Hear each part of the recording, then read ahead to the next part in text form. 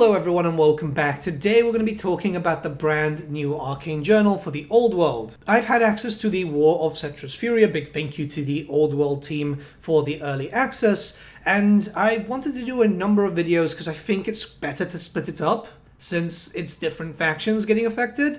And the first one that we're going to be talking about is the Renegade Crowns, which is, well, Border Princes Light. A little bit of an odd one because they kind of hinted Border Princes, and a lot of people thought, well, this is going to be like Dogs of War 2, myself included, where it's really not. So let's jump in, let's talk about it, because I feel like there's a lot to talk about. Okay, so we have to start off with the roster. We do have an army composition here. Characters, up to 50% of your army may be spent on characters. 0 to 1 Renegade Princes per 1,000 points, and as many Renegade Captains and Outcast Wizards in your army. The Outcast Wizards can be found in the Kingdom of BRETONNIA book. This is where things are starting to get a bit weird, where multiple books are going to be needed for an army, and I don't know, like, it doesn't seem bad, but a lot of us remember the bloat from back in the day with, I think, 8th edition 40k, where you needed a lot of books. So let's jump into core. Once again, 25% of your army may be spent here. 0 to 1 veteran sellswords per 1,000 points.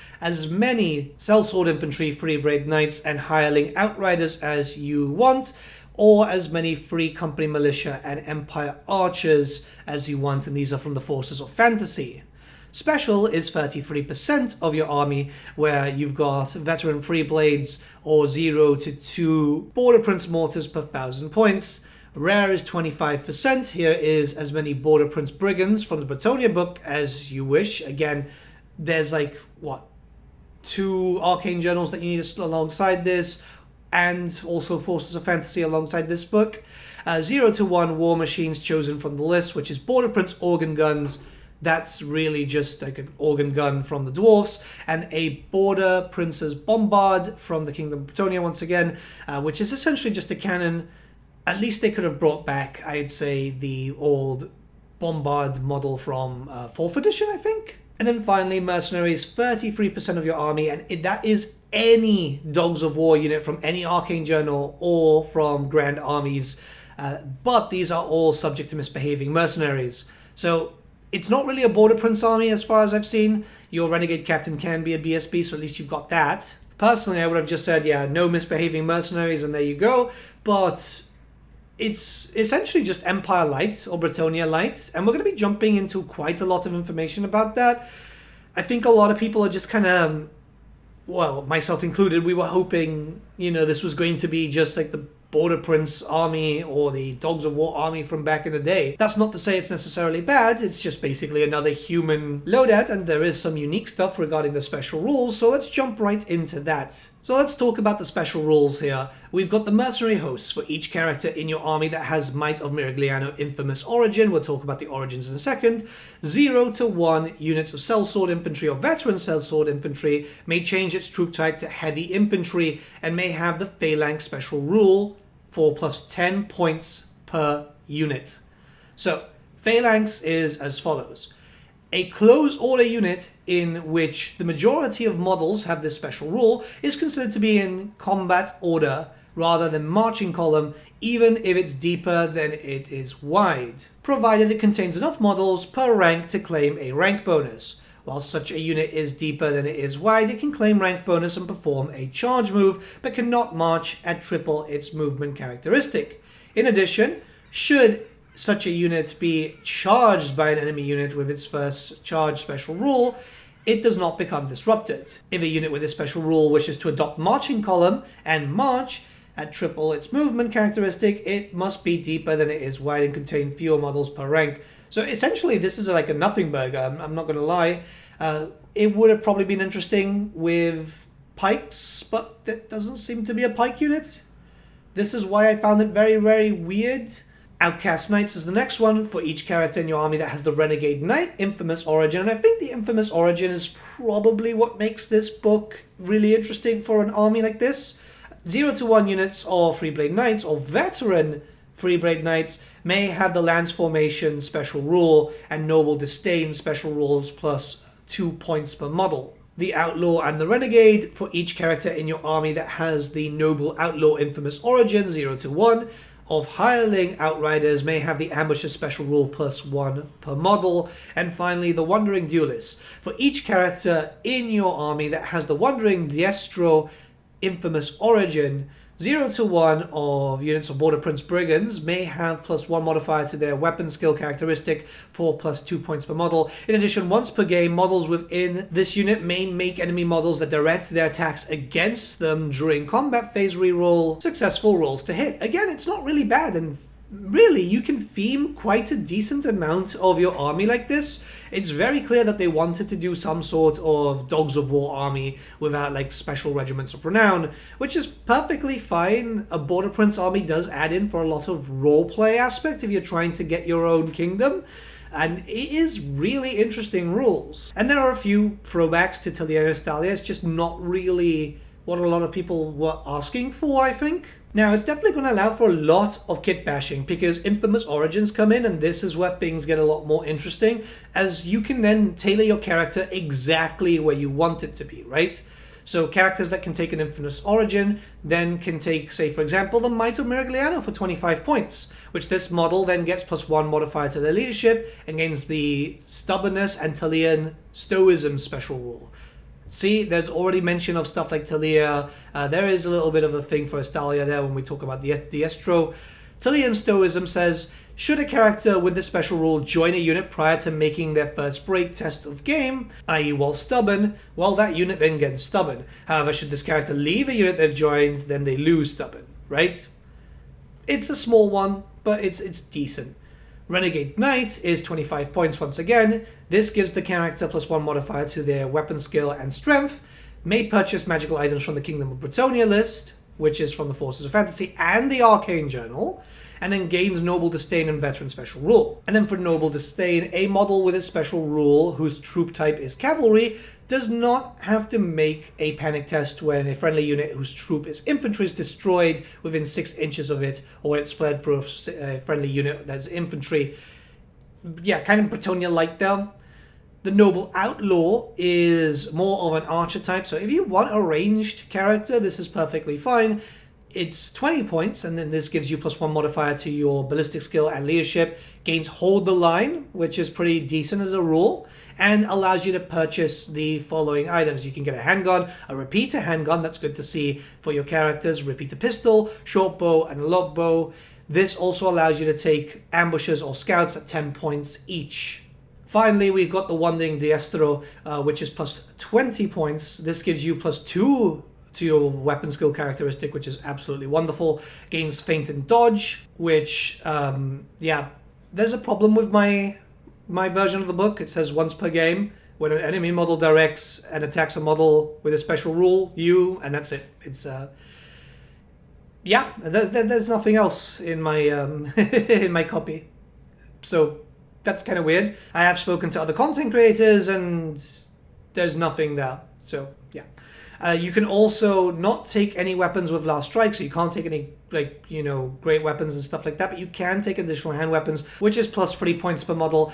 Ultimately, like, yeah, you can get yourself the Diestros, which I think a lot of people wanted, but there are no units that can take additional hand weapons as far as I'm able to see. We'll jump further in after that. Again, Border Prince Light, Dogs of War Light, I guess. Okay, so we have to talk about units and characters where there's not really new stuff. Yes, there's new stat lines and stuff like that, but it's mostly just like you have to make up your own characters, use kits that are already available, and just kind of kit bash. This is a full kit bash army. Now, I know a lot of people are going to like this, because now this allows you to have real experimentation, do your own thing, and I think that works for the Border Prince aspect, where it is literally just like an RPG setting in its own right. So let's start off with the Renegade Lords. You've got the Prince and the Captains. Prince has a decent stat line overall. Movement 4, Weapon Skill 6, Ballistic Skill 4, Strength 4, Toughness 4, Wounds 3, Initiative 5, 3 attacks, Leadership 8, 75 points per model. Renegade Captains is Movement 4, Weapon Skill 5, Ballistic Skill 4, Strength 4, Toughness 4, Wounds 2, Initiative 4, 2 attacks, Leadership 7, 35 points per model. Remember that we just spoke about all the infamous origins, and that dramatically changes your character as it stands.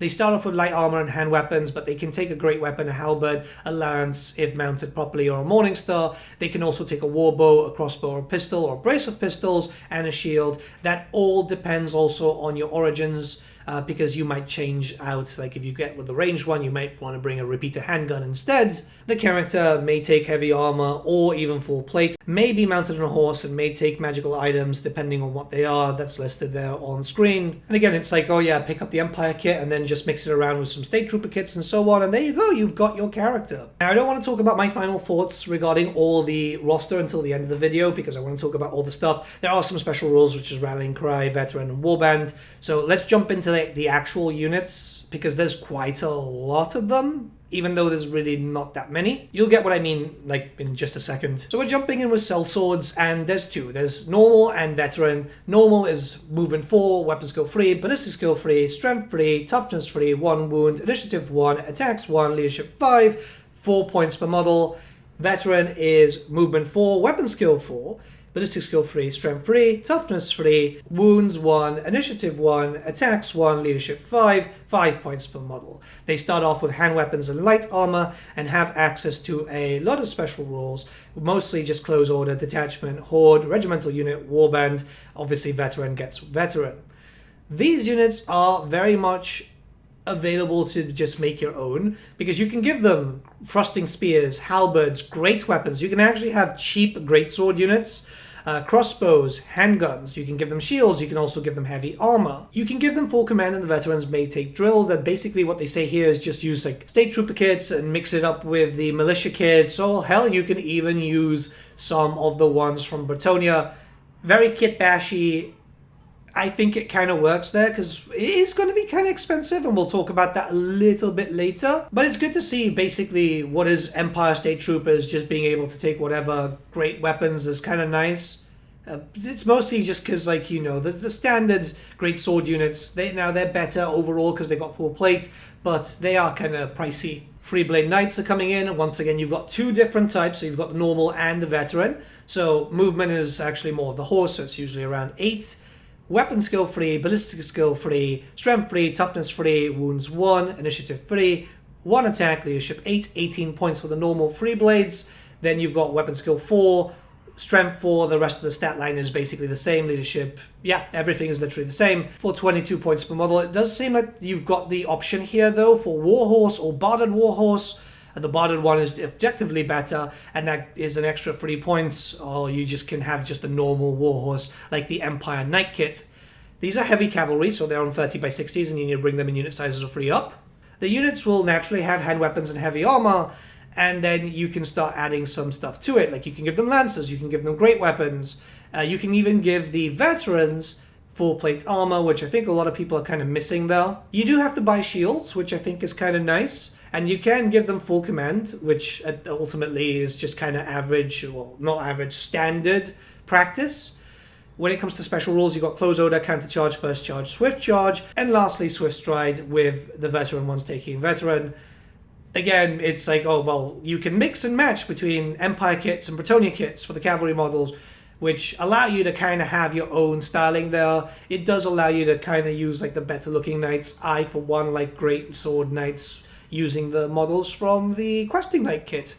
It's just a shame that those are metal models, so they're a bit more expensive and you get very little of them. Hireling Outriders are coming in, so this one is weapon skill 3, ballistic skill 3, strength 3, toughness 3, wounds 1, initiative 3, attacks 1, leadership 7, 11 points per model. You've got them on a normal warhorse. But interestingly enough, these are on 30 by 60s, so I think that's quite important to note that this light cavalry is 30 by 60. We have the following upgrades because they take in hand weapons just naturally. They've got no armor from the very beginning. You give them cavalry spears, you can give them bows, pistols, or even a brace of pistols, light armor or heavy armor. You can give them full command and you can give them shields. Where they do differ is 0 to 1 units per army may take feint flight for 2 points per model, reserve move for 1 point per model, which is quite nice, vanguard for 1 point per model. Magical standards will be limited to that 0 to 1 thing where they can take up to 50 points. Special rules wise, it's fast cav, fire and flee, open order, skirmishes, and swift stride. So ultimately, this actually might end up being one of the better fast cavalry units, which is kind of cool. kind of sad also. And this is like the whole thing about like, oh yeah, you mix and match to make Pistoliers, Bretonnian Mounted Yeomen, right? Or even High Elf Illyrian Reavers, they say, which is really, really odd, because, yeah, it's just really odd. And then lastly, we have War Machine. So Border Prince Organ Guns, 125 points. It's basically just use the Dwarf Organ Gun. Or the Border Prince Mortars, which is 90 points. Yeah, just use the Empire kit. It's not really a lot, I think. I mean, it's not too bad. It's nice to see organ guns in there. We're getting some more uses for these units. But it's still very much just mercenary stuff, right? And I think that's very important to talk about. This is clearly not an Estalia list. This is clearly not a Talia list. It's just a roleplay aspect, right? So I think a lot of people might like this in the regards of, yeah, now you can make your own special army. The Border Princes, they stated a while back, it's supposed to be a make your own narrative. This was in an article about a year, maybe 2 years ago, when they started talking about the map. And yeah, it is that. It is, you just make your own kits, you make your own army, you mix and match. You create something for your own narrative, because the idea of the Border Princes is micro-kingdoms, people who have left the Empire for one reason or another, expulsion, or just they wanted to cut out in their own path. Ultimately, I don't think this is an army for me, because I and a few others wanted, you know, pikes. We wanted what is essentially just like changing the dogs of war there. It's a little disappointing, I'm not going to lie. From that respect, I think, you know, bringing back at least the pikeman models and giving people access to that would have been useful. There were a lot of like pseudo fake leaks popping up through 4chan and so on, and unfortunately a lot of people did believe them, which I think is a big thing. You need to stop listening to people going, oh yeah, you know, my cousin works at Nintendo, because it is going to add in a lot of disappointment. Speculation is fine, because there are expectations to be had. I'd say that my expectations were a bit higher for this, considering that they kind of promoted it as, you know, something kind of big, and it ultimately isn't that big in my opinion, or my view on how to use these aspects. But this definitely kind of feels like filler content right now. I mean, we've just had Cafe. I didn't expect a lot going in. This is supposed to be a Tomb King book, by the way, and there's not really a lot of things for the Tomb Kings. In fact, the technically new unit isn't really a new unit for the Tomb Kings. It's just, oh, you just put wings on your battle kitty from the War Sphinx. I guess it's the wind down. We are close to the end of the year. All the big stuff started coming out. They did start focusing on new kits. Maybe that's the push right now, because the Tomb Priests and the Heralds and stuff have just recently gotten updated, and that's really, really cool. It's a very cool kit. And yeah, that was a ship.